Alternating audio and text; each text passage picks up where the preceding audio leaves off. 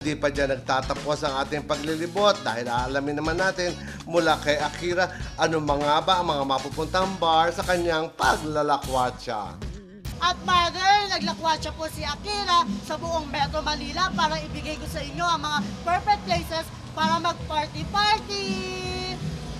At dito po sa Quezon Avenue ay natagpuan namin ang isang bar na ang pangalan ay hinango pa sa sikat na hit song ni 50 Cent, ang Candy Shop. Halika-halika mga kapuso at pasukin natin!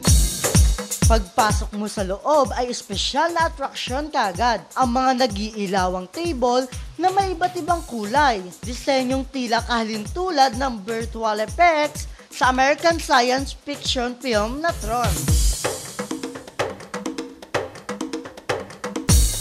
Yan, Jessie, totoo po ba na nanggaling yung pangalan ng bar niyo sa hit song ni 50 Cent na Candy Shop? Alam mo, Akira, is more or less parang doon nga, but it is actually inspired for kung alam mo yung pelikulang Tron, and then at the same time nga yung hit song ni 50 Cent na Candy Shop.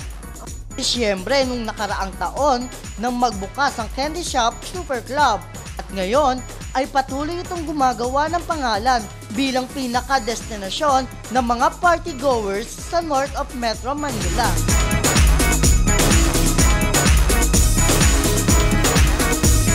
Ano naman po yung target market nyo dito sa Candy Shop? Well, basically, we're hitting the Class ABC market of the North. Kasi nasa North area tayo, di ba? May South, may mga ibang clubs sa South, Makati, The Port, Pasay. So we're being in Quezon City, tayo ang leading club sa market ng ABC. Ang Candy Shop Super Club na nga daw ang isa sa mga pinakamalawak na dance bar sa lungsod. At sa nakahahali ng ilaw ng dance floor, sino nga ba naman ang hindi maiengganyong sumayaw?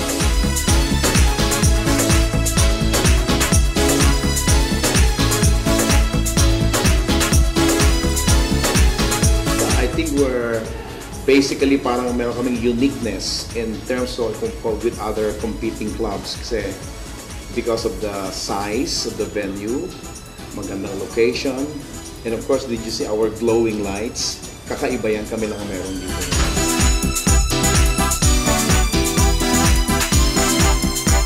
Sa katunayan, dito ngang napiling ganapin ni Jug, isang underground female rapper, ang kanyang birthday bash kasama ang ilan pang rap performers.